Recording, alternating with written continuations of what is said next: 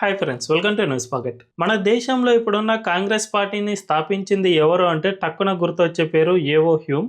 ఈయన ఒక బ్రిటిషర్ అనమాట. ఒక బ్రిటిషర్కు మన దేశంలో ఒక రాజకీయ పార్టీని క్రియేట్ చేయడానికి అవసరం ఏమొచ్చింది అంటే చాలామంది చెప్పేది ఏమిటంటే బ్రిటిష్ పాలకులు మన దేశాన్ని పరిపాలించే సమయంలో ఈ దేశంలో తీసుకునే కొన్ని నిర్ణయాలకు ప్రజల నుంచి వ్యతిరేకత వస్తున్న సమయంలో ఈ ప్రజలను ఒప్పించాలంటే ఏదో ఒక రాజకీయ పార్టీ ఉండాలి అనే ఉద్దేశంలో భాగంగానే ఈ కాంగ్రెస్ పార్టీని క్రియేట్ చేశారు.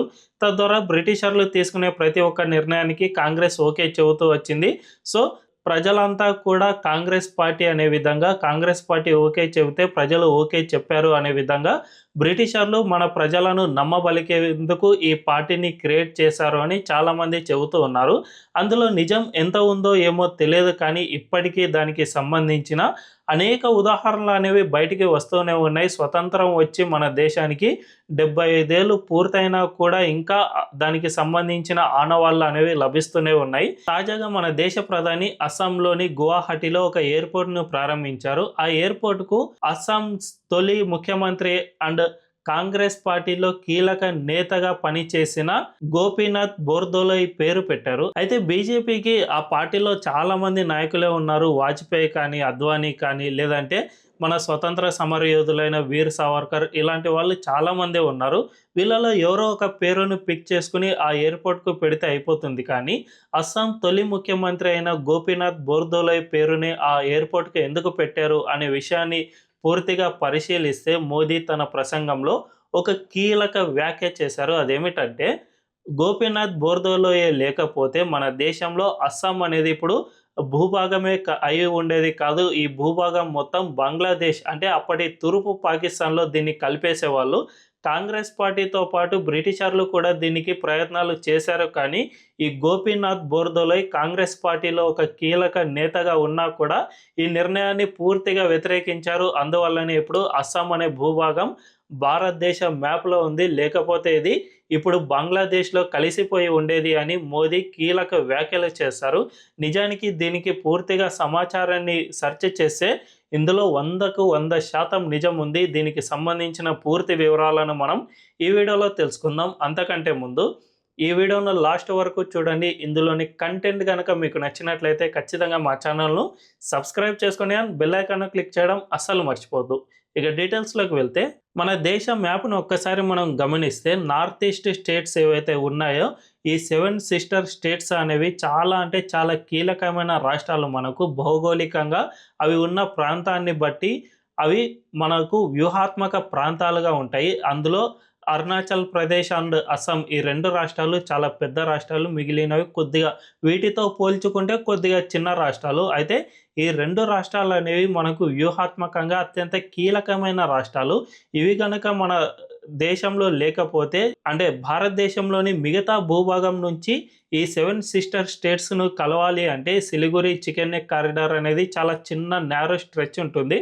అందులో నుంచే మనం వెళ్ళాల్సి ఉంటుంది. అందులో నుంచి వెళ్ళిన తర్వాత ఫస్ట్ మనకు తగిలే స్టేట్ అస్సామే. ఈ అస్సాం నుంచే అరుణాచల్ ప్రదేశ్ కానీ, మేఘాలయ, మిజోరాం, త్రిపుర ఇలా అన్ని రాష్ట్రాలకు స్ప్రెడ్ కావాల్సి ఉంటుంది. ఒకవేళ కనుక మన దేశంలో ఈ అస్సాం అనే భూభాగం మన దేశంలో భాగం కాకపోయి ఉంటే ఖచ్చితంగా మనం ఈ మేఘాలయ, త్రిపుర ఈ రాష్ట్రాలకు ఎక్కడికి వెళ్ళాలన్నా కూడా మనం విమాన మార్గం తప్ప మరొకటి మనకు ఉండేది కాదు అని స్పష్టంగా అర్థమవుతుంది ఈ మ్యాప్. అండ్ ఆ రాష్ట్రాల్లో ఉన్న భౌగోళిక స్వరూపాన్ని ఒక్కసారి గమనిస్తే ఇది మనకు చాలా క్లియర్గా అర్థమవుతుంది. ఈ రాష్ట్రాలకు అటు బంగాళాఖాతంతో కలవడానికి ఎక్కడా కూడా సముద్ర రూటు సైతం లేదు. కాబట్టి ఖచ్చితంగా మనం విమానాలపైనే డిపెండ్ కావాల్సిన పరిస్థితి ఏర్పడుతుంది. కొన్నిసార్లు అంటే షేక్ హసీనా ఇలాంటి వాళ్ళు బంగ్లాదేశ్లో అధికారంలో ఉన్నప్పుడు మన ఇండియా నుంచి ఈ ఈశాన్య రాష్ట్రాలకు వెళ్ళాలి అంటే బస్సు మార్గంలో బంగ్లాదేశ్ గుండా వెళ్లేందుకు వీలుండేది. కానీ మహమ్మద్ యూనస్ ఎప్పుడైతే అధికారంలోకి వచ్చాడో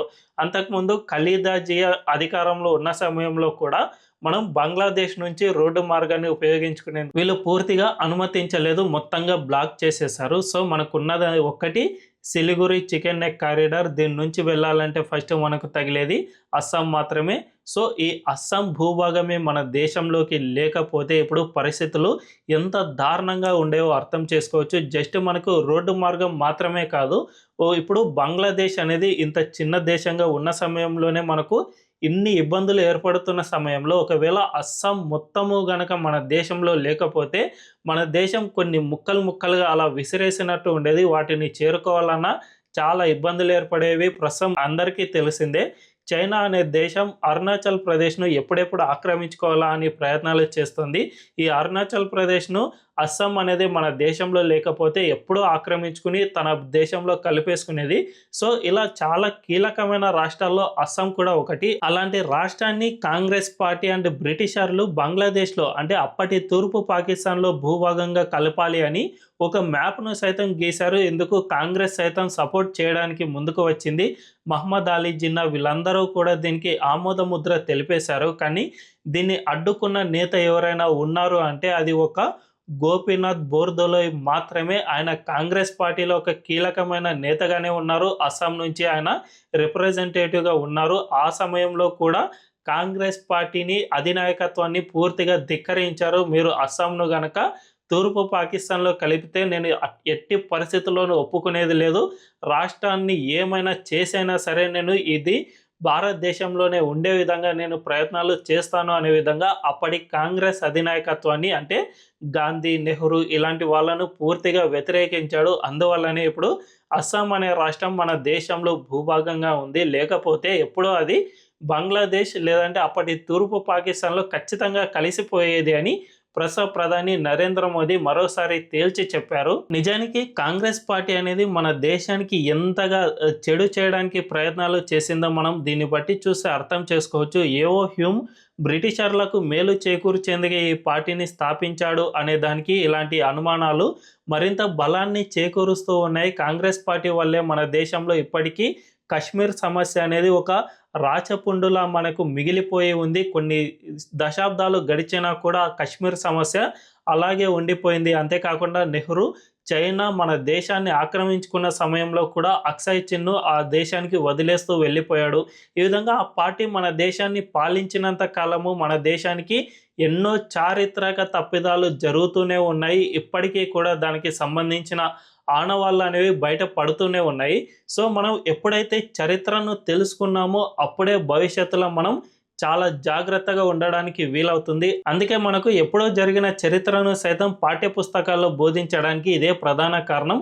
ఎప్పుడైనా ఒక నాగరికత గనక చరిత్రను మర్చిపోతే ఖచ్చితంగా ఆ నాగరికత భవిష్యత్తులో మనుగడ సాగించలేదు అని ఎంతోమంది చరిత్రకారులు సైతం చెబుతూ ఉన్నారు. కాబట్టి మన దేశ చరిత్ర అండ్ కనుమరుగైపోయిన ఇప్పటి వరకు ఈ గోపీనాథ్ బోర్దోలోయ్ చేసిన పోరాటం అనేది మన దేశంలో ఏ ఒక్కరికి తెలియదు. ఆయన పేరు సైతం తెలియని వాళ్ళు చాలామంది ఉన్నారు. కాబట్టి నరేంద్ర మోదీ లాంటి వాళ్ళు మన దేశ చరిత్ర అండ్ అప్పట్లో జరిగిన తప్పిదాలను ఇప్పటికీ సైతం వాటిని తట్టి లేపుతూ ప్రజల్లో చైతన్యం కలిగించేందుకు కృషి చేస్తూనే ఉన్నారు. సో ఇలాంటి పార్టీలను మనం ఎక్కడ బుద్ధి చెప్పాలో అక్కడ చెబితే ఇలాంటి పార్టీలు భవిష్యత్తులో అధికారంలోకి రాకుండా ఉంటాయి. అప్పుడే మన దేశంలో ఇలాంటి చారిత్రక తప్పిదాలు జరగకుండా ఉంటాయి అని మాత్రం స్పష్టంగా చెప్పుకోవచ్చు.